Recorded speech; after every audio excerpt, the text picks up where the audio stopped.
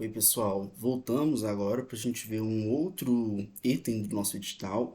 Dessa vez eu dei o nome de licitações, mas vamos dar uma olhadinha na emenda. Aí deixo o meu contato, né, se necessário, deixo o grupo no Telegram também. Lá temos algumas questões de licitações comentadas, algumas dicas. Corre lá que tá bem bacana. Lá no seu edital, é, vou mostrar primeiro aqui o item 7. Olha.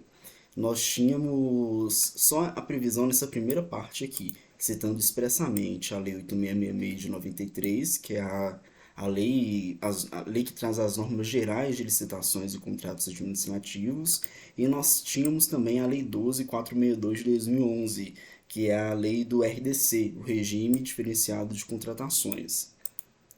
Embora que fale de maneira ampla legislação aplicável, aqui a banca desmembrou um pouquinho quais leis que ela pretende. Porém, posteriormente, seu edital foi retificado e lá no campo 8 foi incluído lá na parte final a Lei 14.133, que é a nova Lei de Licitações e Contratos, a nova Lei Geral de Licitações e Contratos, que pretende, na verdade, eliminar essas outras.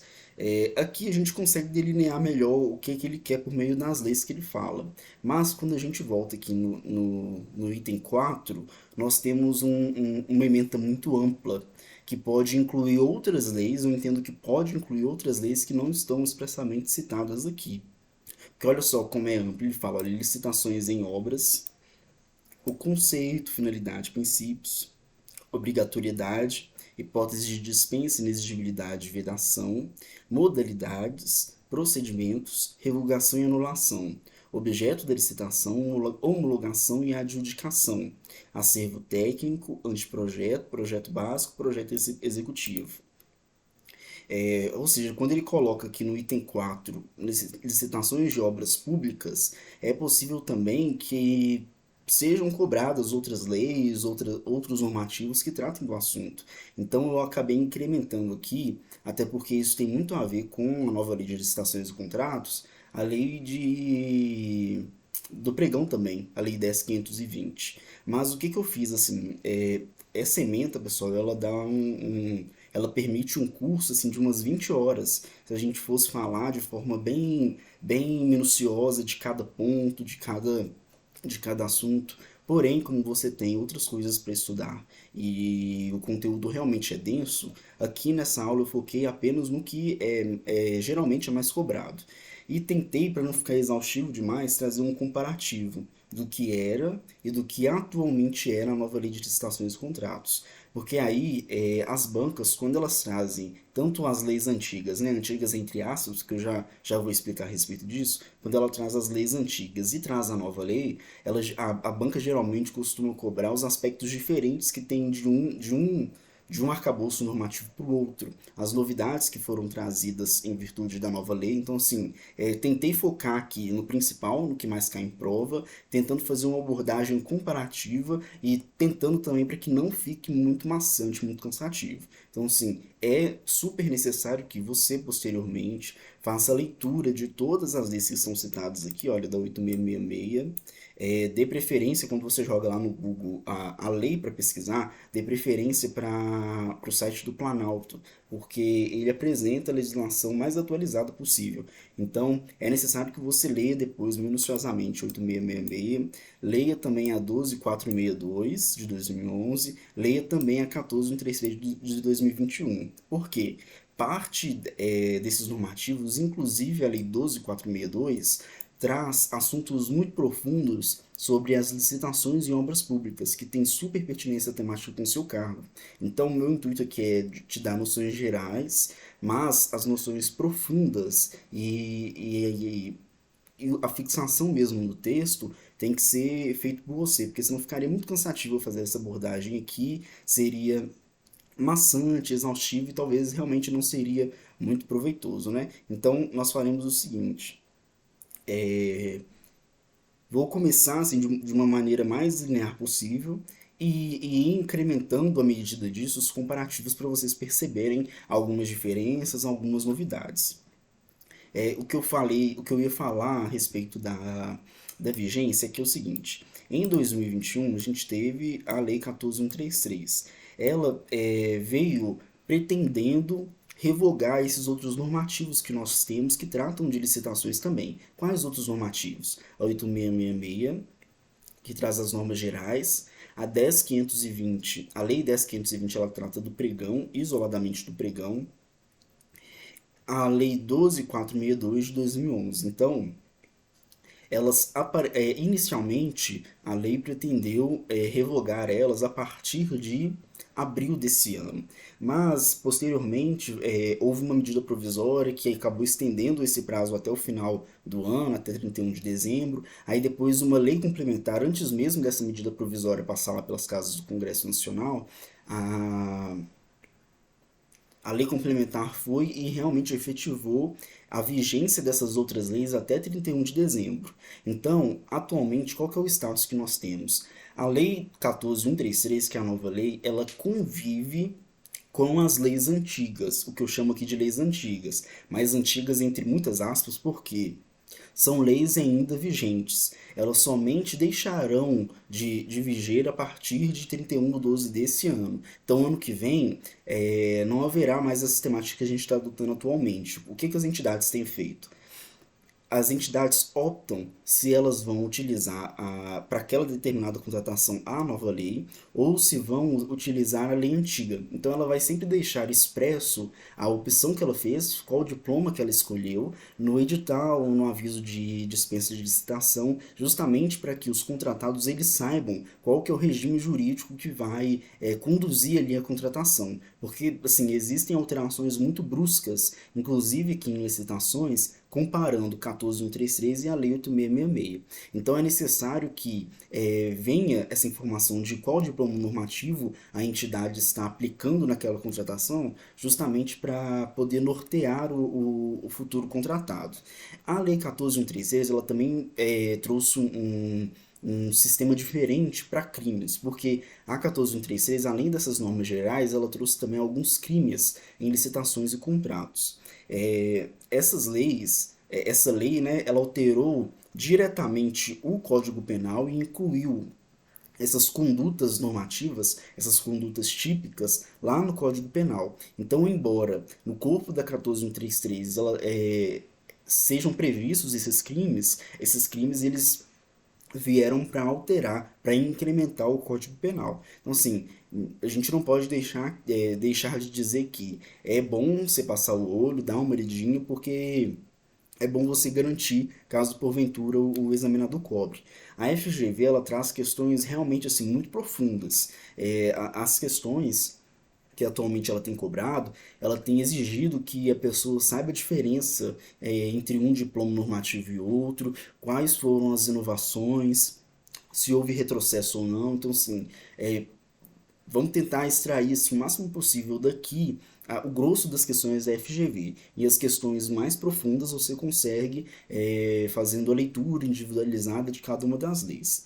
A Lei 14.133, embora muitos acham que ela é muito nova, muito grande, alguns chamam de inovadora, mas a grande verdade é que alguns doutrinadores entendem que ela não é uma lei disruptiva. Como assim uma lei disruptiva? Ela não traz assim uma grande novidade na parte de licitações e contratos. Por quê? A Lei 14.136 ela nada mais fez que reunir todas as coisas boas que a gente teve com o pregão, com a lei do RDC, com os decretos da União a respeito do tema e consolidaram isso na 14.133. Acaba que a 14.133 ela virou uma grande colcha de retalhos e trouxe assim pequenas novidades, porque grande parte delas a gente já tinha previsto em alguns normativos que eram muito usados, né?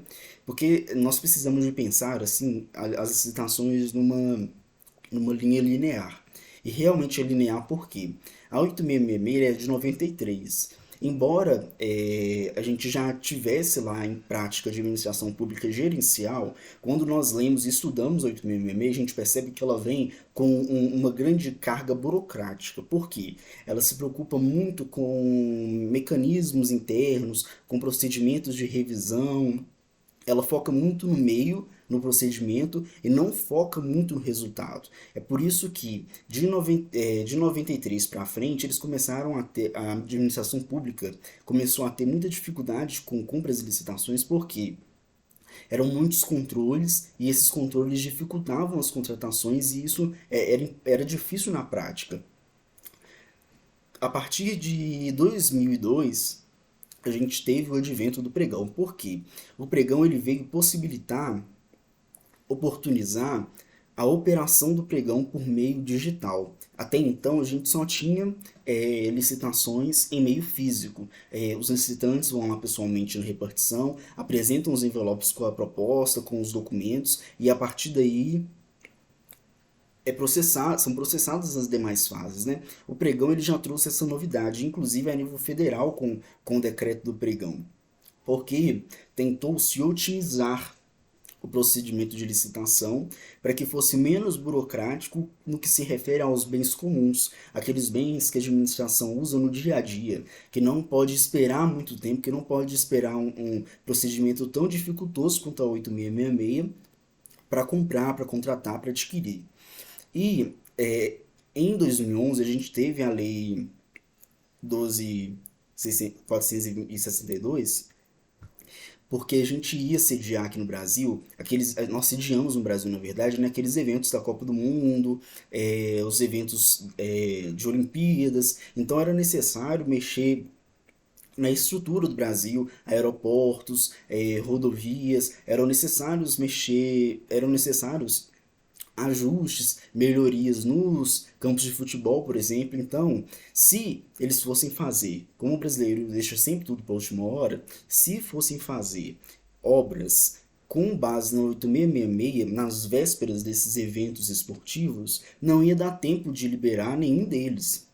Então, em 2011, eles trouxeram um RDC que veio inovar assim, bastante coisas. Tanto é que, vamos mostrar mais adiante, o intuito era recepcionar e melhorar obras e serviços durante esses eventos olímpicos, mas foi uma experiência tão boa que ele começou a se perpetuar para outros objetos também. E a Lei 12.462, ela reflete demais na nova lei de licitações, porque a nova lei se espelhou bastante nas coisas boas que a 12.462 trouxe, que veremos assim de forma diluída, né? Então, ultrapassada assim essa breve introdução, é bom que a gente fale inicialmente qual que é a base para que a gente necessite de licitar na administração pública. Lá no artigo 22 da Constituição, é um artigo que determina competências para a União legislar. Então, a União tem que criar lei em diversos assuntos, dentre eles normas gerais de licitações e contratação, em todas as modalidades para as administrações públicas diretas, autárquicas e fundacionais da União, Estados, DF e municípios, obedecendo o 3721, que nós já veremos, e para as empresas públicas e sociedade de economia mista, nos termos do artigo 173, parágrafo 1º 3, que veremos na sequência então. A Constituição previu que a União fará normas gerais dando nortes gerais de como funcionará o esquema, mas particularidades locais e regionais, quem fará são os municípios. Então, olha só, alguns doutrinadores chamam a 8666 de uma lei híbrida. E isso se aplica também a 14.133. A 14.133 é até mais longa e há dúvidas do que seriam normas gerais e o que seriam normas específicas. Por que eu falo isso?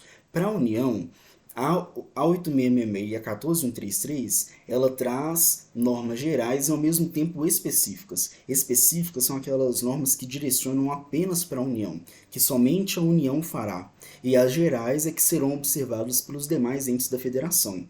E, tendo com base essas normas gerais, estados, DF e municípios poderão elaborar normas específicas para complementar, para ajustar a licitações e contratos para a realidade, seja do estado, seja do município. Por exemplo, o município do Paraná ele tem um decreto gigantesco trazendo de forma bem detalhada condutas que serão observadas pelos agentes agentes públicos, licitantes, empresas, em virtude da nova lei lá no estado do Paraná. Aqui em Minas nós tivemos da mesma maneira também, mas com menor intensidade, de forma mais lenta, mas a grande verdade é que muitos estados já têm feito essas leis específicas, justamente porque às vezes é necessário complementar para atender a realidade local.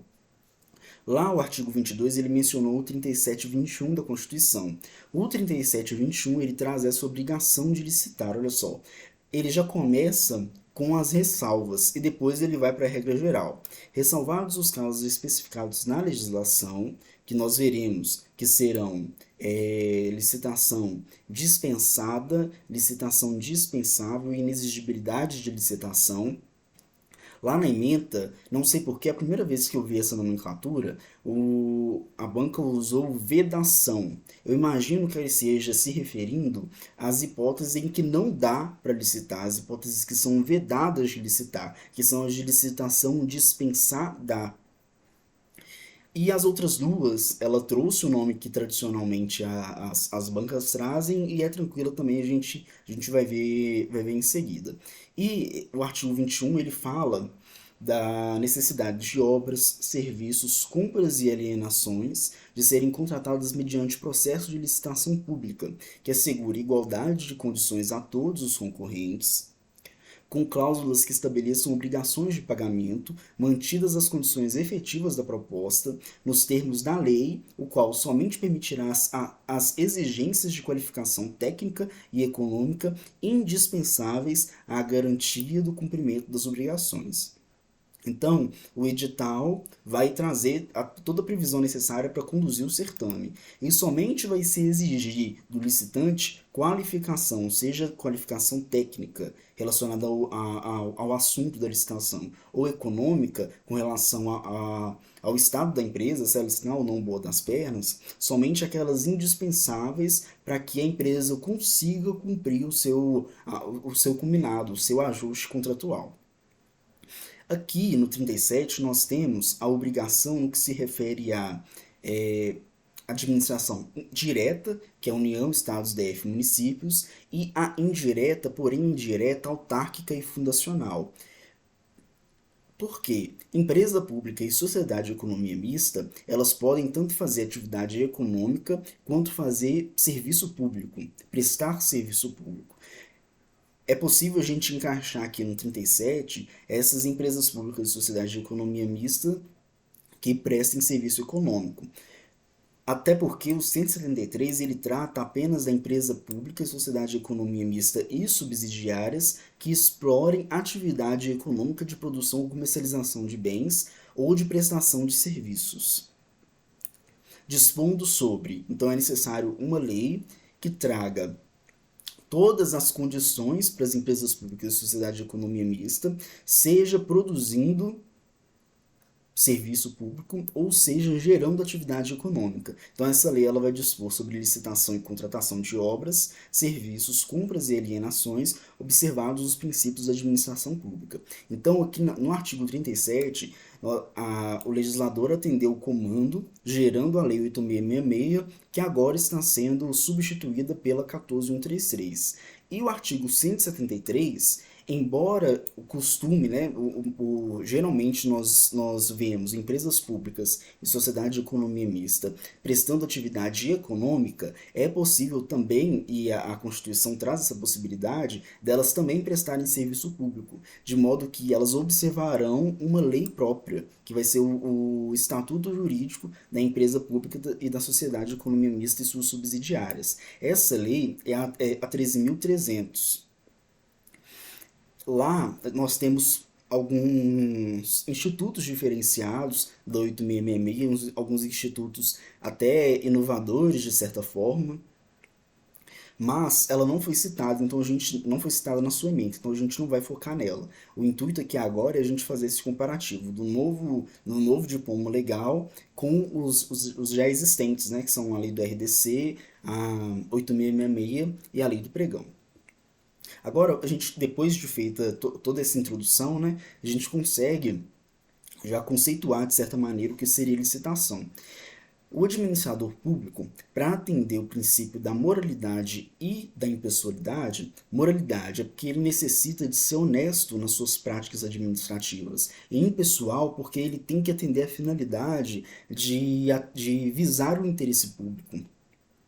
O administrador ele não pode atuar agindo em interesse próprio ou interesse de alguma pessoa específica. Ele não pode se excusar do interesse que deve ser público. Então, para que sejam garantidas esses princípios da honestidade, da impessoalidade, a Constituição exigiu a prática de licitação. Então, a licitação ela vai ser um procedimento administrativo, procedimento porque o procedimento ele é feito por várias fases. Na verdade, alguns, né, da doutrina entendem que o certo mesmo seria falar em processo, porque o processo ele é feito de vários atos concatenados, um amarrado ao outro, que chega a um resultado final, ou seja, inicialmente pretendeu comprar alguma coisa ou contratar algum serviço. Serão praticados um ato atrás do outro, um ato administrativo atrás do outro, que vai visar ao final a entrega desse bem ou a prestação desse serviço.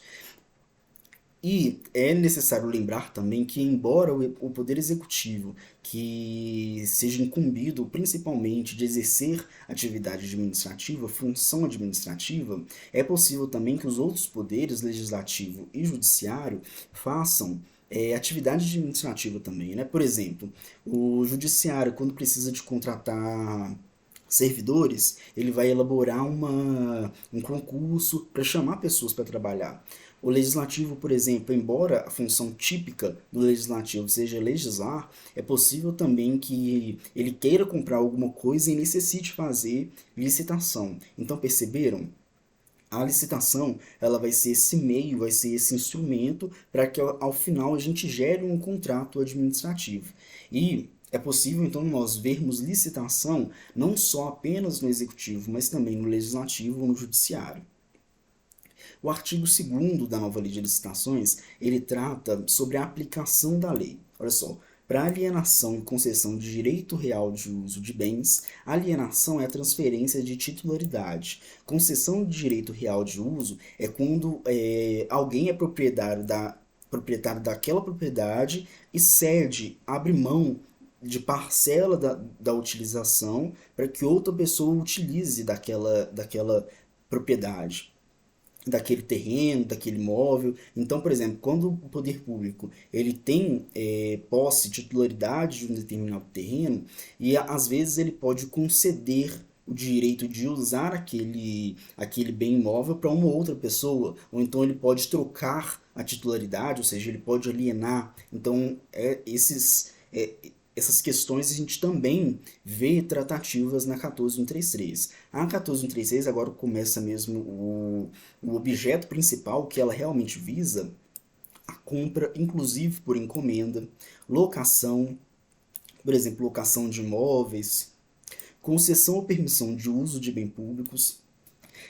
Suponha que dentro de um prédio de uma entidade pública tem um espaço que seja destinado a uma cantina, a uma lanchonete. Será feita uma licitação para que conceda o uso daquele espaço público, daquele bem público, para que ele seja utilizado com finalidades lucrativas por aquele que ganhar, por um prazo determinado, obedecendo um contrato administrativo que vai ser feito com uma prévia licitação. Então perceba, nós temos a licitação que ela é sempre prévia e vai ser esse instrumento para que tenha um contrato administrativo futuro. A 14133 ela também é aplicável, olha só, 5. Prestação de serviços, inclusive os técnicos profissionais especializados. Aplica-se também para obras e serviços de arquitetura e de engenharia. Aplica-se também para contratações de TI e de TIC. Agora a gente adentra em objetivos, que na verdade são finalidades. Seu edital trouxe objetivos e ele também trouxe objeto. É necessário que a gente primeiro diferencie antes de adentrar nos objetivos. O objeto é aquilo que a administração pretende, vai ser o conteúdo do futuro contrato administrativo. Então, por exemplo, quando você entra no site de uma entidade pública e pesquisa por licitações, provavelmente você vai ver vários assuntos separando os certames. Então, locação de empilhadeira, compra de material de escritório, manutenção de elevadores. Perceba que nós temos serviços e compras a depender da necessidade. Então, esse objeto é aquele assunto que está sendo tratado naquela compra ou naquela prestação de serviço que vai gerar o futuro contrato que a administração terá com o vencedor daquele certame. Diferente dos objetivos. Os objetivos eles são citados na norma, olha só. A 8666 e a lei do RDC, ela traz, olha só, como objetivos: observância do princípio constitucional da isonomia, nós veremos o que seria isonomia, né? Seleção da proposta mais vantajosa, promoção do desenvolvimento nacional sustentável. Por que desenvolvimento nacional sustentável? Porque a licitação não é um fim em si mesmo, é o que alguns doutrinadores chamam de função regulatória da licitação. A licitação ela não só pretende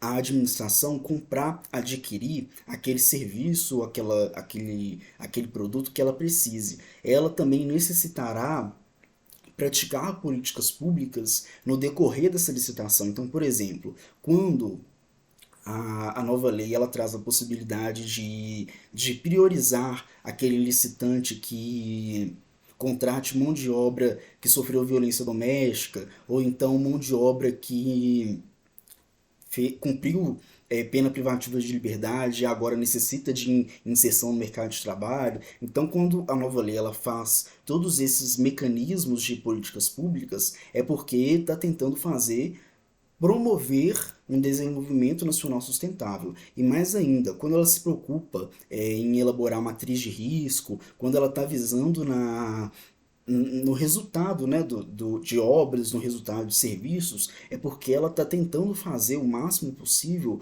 uma licitação sustentável. É também objetivo, olha só, ampliar a eficiência nas contratações públicas e competitividade entre os licitantes.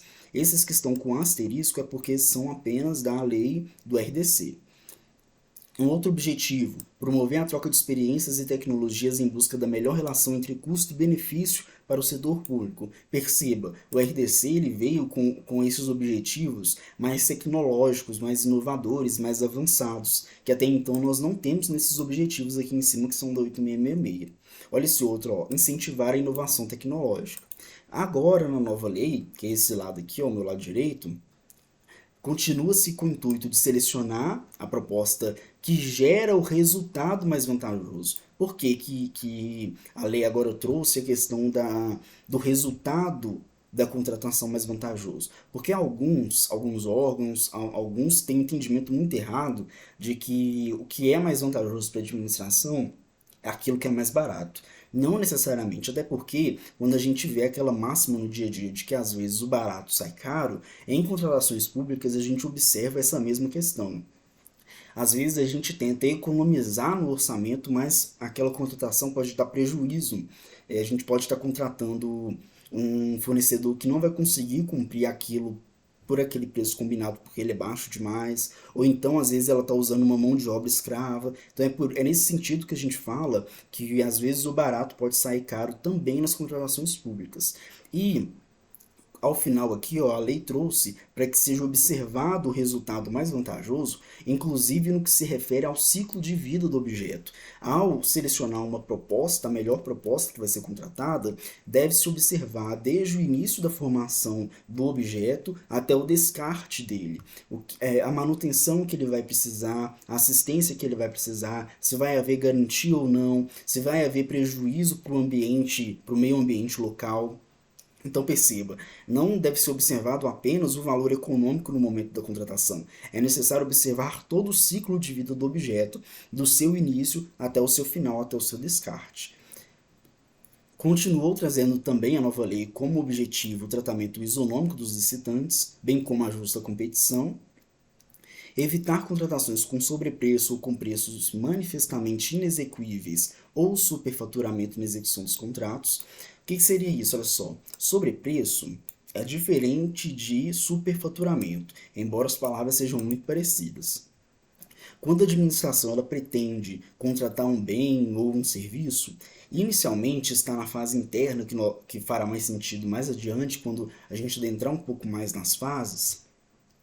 Na fase interna, a administração pesquisa o mercado e verifica qual o valor daquele bem ou daquele serviço, justamente para que na hora da competição, na hora do certame, não sejam admitidos fornecedores que deem um valor superior àquilo que foi estimado, justamente porque essa pesquisa ela visou observar e atender, conseguir compreender qual que é o valor de mercado para aquele bem ou para aquele serviço. Então, se na hora dessa pesquisa de mercado o agente público ele não observa o artigo 23 lá da Lei 14.133, que depois você vai dar uma olhadinha, que tem vários parâmetros, vários critérios para que essa pesquisa de mercado seja feita. Se essa pesquisa de mercado for feita da forma indevida, é possível que o preço seja elevado e vá para a disputa com um preço muito alto que às vezes não corresponde com a realidade. Então, o sobrepreço é isso. Agora, o superfaturamento está relacionado à execução contratual.